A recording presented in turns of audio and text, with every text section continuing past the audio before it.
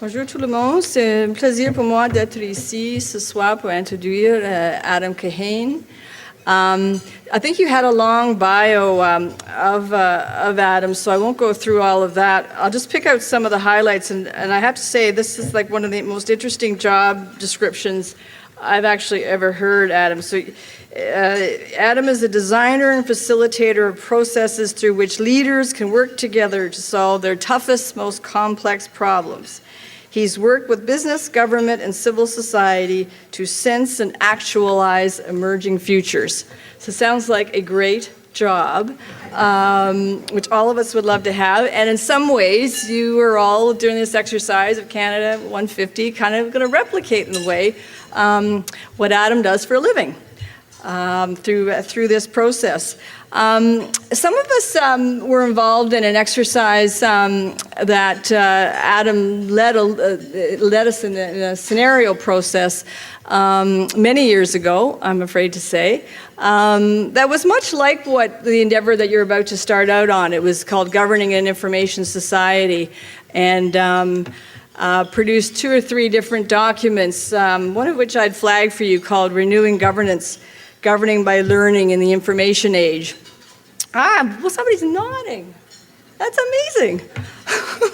Well, I'm impressed.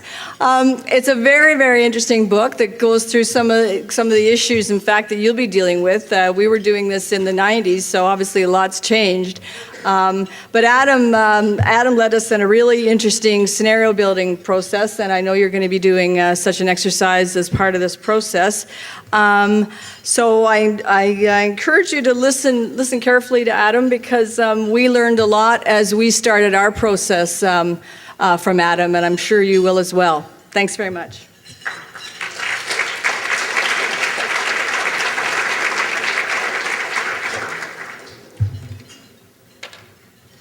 Thank you, Kathy.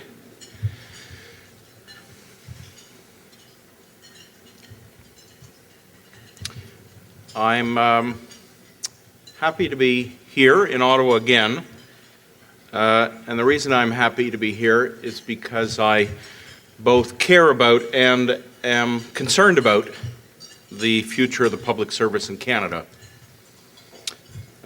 When I look at the world and at Canada, I see an increasing number of increasingly complex problems for which wise collective action, and I most definitely include action by public servants, is increasingly required. And when I look at the world and at Canada, I also see that our capacity for such wise collective action, and here again I most definitely include the capacity of public servants, is inadequate to the task. So I care about this increasing number of increasingly complex problems, and so this inadequate capacity concerns me. I'm willing to state my concern in such strong terms because I have a hunch that my concern is shared by many of you. It was already 15 years ago that the man who first taught me about futures work, my boss at Shell, a guy named Kees van der Heijden, came to Ottawa to participate in a seminar with senior public servants. In fact, it was an earlier seminar of, I think, that same project, and I remember him coming back to London and saying that one of the deputy ministers who'd been in that meeting had said to him, "We try to solve problems by pulling the levers that we have been trained to pull, but we find that these levers are no longer connected to anything." So we know, in fact, we've known for a long time that we need to increase our capacity for wise collective action. And this week you have the privilege of beginning an important and a challenging journey, both to increase your capacity and in that way to increase the capacity of the public service. And for that reason, I'm happy to be here and to be able to share with you my experience and reflections as you step into this journey of the next year. For the past 25 years, I have been focusing my attention on one question, what does it take for us to be able to solve peacefully our toughest problems? Over these 25 years, I have worked with, facilitated teams of public servants and trade unionists, business executives and politicians, generals and guerrillas, community activists and United Nations officials, clergy and artists. We've worked on energy, the environment, health, development, governance, and peace. And we've done this in Canada, the US, Latin America, Africa, Asia, and the Middle East. The most important pattern that I have noticed in all of this work is that our toughest problems usually do not get solved peacefully. Our toughest problems usually do not get solved peacefully. They either get stuck, which means they don't get solved at all, or eventually they get solved violently, which means that somebody uses their authority or money or weapons to force their solution on everybody else.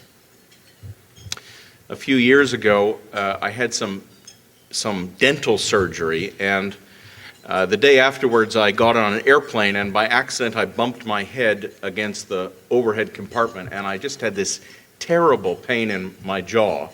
And the next day I went back to the dentist's office, and I complained to the nurse that when I hit my head like this, it really hurt. She looked at me calmly and gave me the most sensible advice I've ever been given. She said, "If it hurts, then stop doing it." Our usual way of trying to solve our toughest problems hurts, and we should stop doing it. Okay, let me tell you a bit about how I came to be doing the work that I'm doing now. I was born in Montreal. I studied physics at McGill and then economics at Berkeley. I held research positions at the U of T and at UBC, at institutes in Vienna, Paris, and Tokyo. And then I worked in strategic planning, first at Pacific Gas and Electric Company in San Francisco, and then at Royal Dutch Shell in London. Now, the reason I'm giving you this little autobiography is because I want you to understand the specific approach to solving tough problems that I was trained in. The essence of the approach I was trained in was that every question has one right answer. This answer can be figured out piece by piece from outside, from above, by experts. That figuring out this answer is the hard part, and that once this answer has been figured out, it can be handed off to someone else to implement. Maybe some of you have had a similar training. In 1991, I was working at Shell as head of what was called the Socio-Political Economic Environmental Scenario Team, and we received one day an unexpected phone call from South Africa. You may remember the chronology here. In February 1990, Nelson Mandela was released after 27 years in prison, and the opposition parties were unbanned.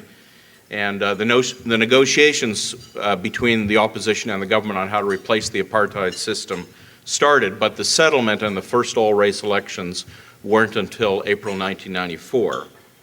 So when we got that phone call in 1991, it was not at all clear whether the transition would be peaceful or whether it would end up in a civil war. There was a group of South African leaders, black and white, from the opposition and the establishment, from politics, business, and civil society, who wanted to use the Shell scenario planning methodology to think about the transition away from apartheid, and they were calling us to ask whether somebody from Shell could provide technical assistance to the team. And as I was the youngest and most expendable member of the department, I was 30 years old then, I was dispatched, and this is how I came to facilitate a series of meetings of what became known as the Montfleur Scenario Project.